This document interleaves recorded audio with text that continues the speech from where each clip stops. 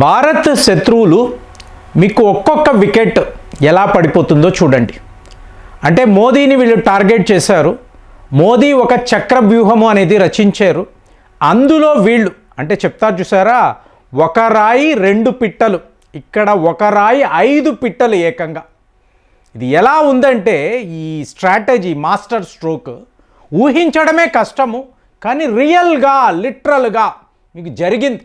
ఇప్పుడు మళ్ళీ మనము Europe union free trade agreement, ఎందుకంటే ఫ్రెండ్స్ ఇది చాలా పెద్దదండి, 27 ట్రిలియన్ అని మనం మాట్లాడుతున్నాం.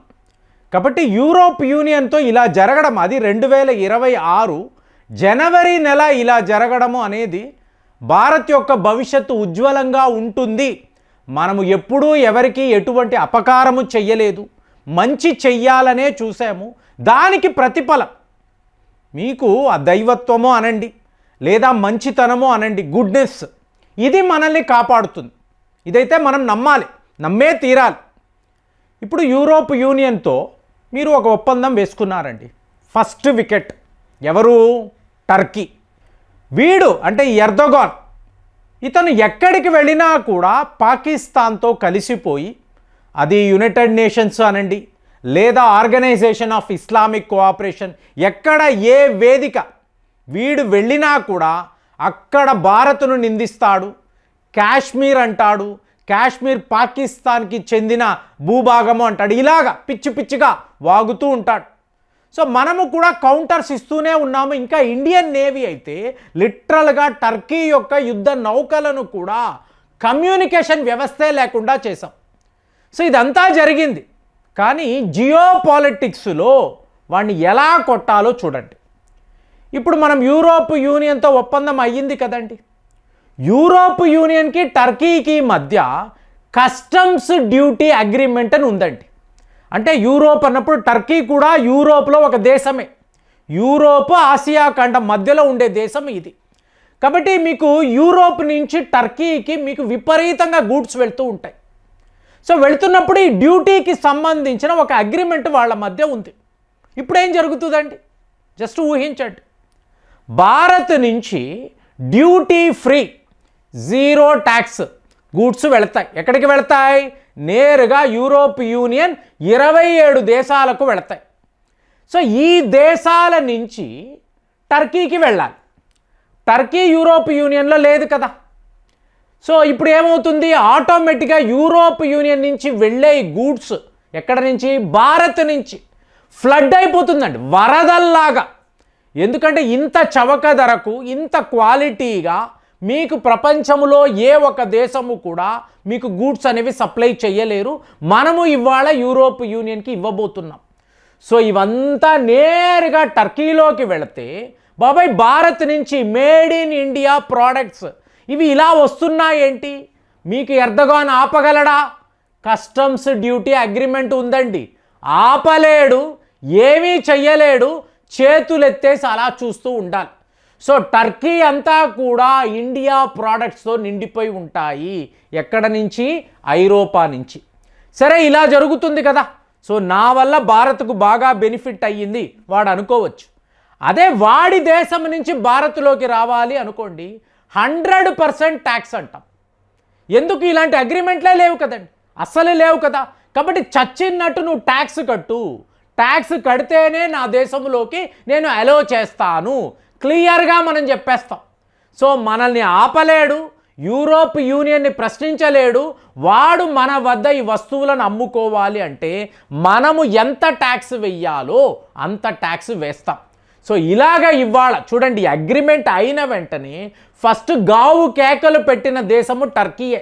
ఎర్దోగానే బాబాయ్ ఇదేం జరుగుతుంది, ఇలాగ భారత్ యూరోప్ యూనియన్ మధ్య ఈ ఒప్పందాలు అంటే మాకు ఎంత నష్టము అరిచాడు, గావు కేకలు పెట్టాడు. వినే నాదుడు ఎవ్వడు లేడు. సో ఇప్పుడు వీళ్ళందరూ అమెరికా దగ్గరికి వెళ్ళాలి అనుకున్నారు. అమెరికా ఏం చేసిందండి? మళ్ళీ వద్దాం. సో టర్కీ వికెట్ పడిపోయింది. మనము ఏమీ చెయ్యకుండా ఒక్క యూరోప్ యూనియన్ ఒక రాయి విసిరేమో, సో అక్కడ ఒక పిట్ట పడిపోయింది. ఇక రెండవది అంటే పాకిస్తాన్. పాకిస్తాన్ అనబడే దేశంలో వాళ్ళ ఆర్మీ వాళ్ళు చేస్తేనే వ్యాపారం అండి. ప్రభుత్వము వేరే ఏమీ చెయ్యదు. అలాంటప్పుడు పాకిస్తాన్ ఏం చేస్తుందండి? చీప్, వాడి దేశమే చీప్ కాబట్టి వాడు చీప్గా ఉండే టెక్స్టైల్స్, ఓన్లీ టెక్స్టైల్స్ అండి, పాకిస్తాన్లో టెక్స్టైల్సే. మీకు ఈ క్లాత్ ఉంటుంది చూసారా, ఆ క్లాత్, వీటిని వీడు యూరోప్ యూనియన్కి సప్లై చేస్తాడు. అంటే వీళ్ళందరూ కూడా పేద దేశాలు కదండి, వీళ్ళు వెళ్ళి అడుక్కుంటారు, అయ్యా మాకు ఇలాంటి కొంచెం అవకాశం ఇవ్వండి, మేము అలా బతికిపోతాము అంటే సరేరా అంటారు. కానీ ఇవాళ ఏమైందండి, భారత్లో మీరు ఒక తిరుపూర్ అనండి, లేదా మీరత్ అనండి, ఉత్తరప్రదేశ్, మహారాష్ట్ర, ఇక్కడ మీకు అద్భుతమైన టెక్స్టైల్ ఇండస్ట్రీస్ ఉన్నాయండి. సో వీళ్ళు ఇప్పుడు యూరోప్ యూనియన్కి పంపించబోతున్నారు. హై క్వాలిటీ, తక్కువ ప్రైజింగ్, డ్యూటీ ఫ్రీ. ఏ బుర్ర ఉన్న దేశమైనా భారత్ వద్ద కొనాలి అనుకుంటారా, పాకిస్తాన్ వద్ద కొనాలి అనుకుంటారా? టెక్స్టైల్ ఇండస్ట్రీని చూడండి, వాడికన్నా 10 రెట్లు మనది పెద్దది. సో మనము డిసిప్లైన్గా ఉంటాము, టైం ప్రకారం మన ప్రోడక్ట్స్ని వాళ్ళకి పంపిస్తాము. అలాంటిది ఒక మంచి దేశముతో ఎవరైనా సత్సంబంధాలు కొనసాగించాలనుకుంటారా, లేదా పాకిస్తాన్ లాంటి ఒక తీవ్రవాద దేశాన్ని ఎంచుకుంటారా? సో పాకిస్తాన్ వాడు కూడా ఇవాళ పానిక్లో ఉన్నాడు. వీడు అమెరికా దగ్గరికి వెళ్ళగలడా? లేదు. ఇక మూడవ వాడు ఆల్రెడీ మనం మాట్లాడాము, బంగ్లాదేశ్.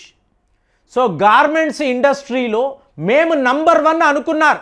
మహానుభావుడు మహమ్మద్ యూనస్ వచ్చాడు, మన మీద బ్యాన్ అన్నాడు, బాయ్కాట్ అన్నాడు. మన యాన్ని ఆపలేక యావత్ బంగ్లాదేశ్లో భారత్ యొక్క యాన్ అంటే కాటన్ అనండి, అలాగే వాటికి సంబంధించిన మెటీరియల్ మనమే బంగ్లాదేశ్కి సప్లై చేయడంతో లోకల్గా ఉండే ఫ్యాక్టరీలు అంతా, మిల్స్ అంతా కూడా మూతబడ్డాయి. ఆటోమేటిక్గా వీళ్ళు యూరోప్కి పంపడము అనేది చాలా చాలా కష్టం. ఒకవేళ పంపాలన్నా మన ప్రోడక్ట్స్తోనే వాళ్ళు యూరోప్ యూనియన్ పంపించగలరు. మరి వాళ్ళకి మనకున్న తేడా ఏంటండి? ఈ దేశాల నుంచి డ్యూటీ ఫ్రీ కదా, టెక్స్టైల్స్ అనండి, గార్మెంట్స్ అనండి, డ్యూటీ ఫ్రీగా వెళతాయి. ఇవాళ మనకేమైంది?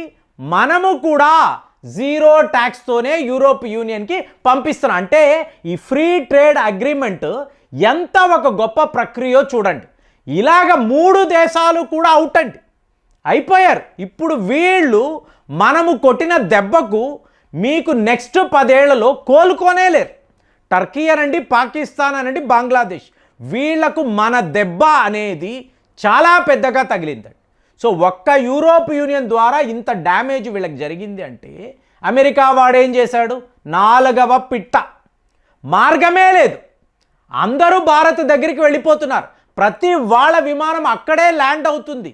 ఇప్పుడు మనం మేలుకోకపోతే ఇంకా కూడా నా అహంభావము, నా గర్వము, నేను చెప్తే నా మాటే శాసనము, ఇదంతా ట్రంప్ అనుకుంటే అమెరికా పూర్తిగా మునిగిపోతుందని అర్థమయ్యి నిన్నటికి నిన్న వాడు కూడా భారత్తో ట్రేడ్ డీల్ ఒప్పుకుంటున్నాను అని ఒక లాంగ్ లెటర్ ఉదయం వీడియోలో మాట్లాడాం.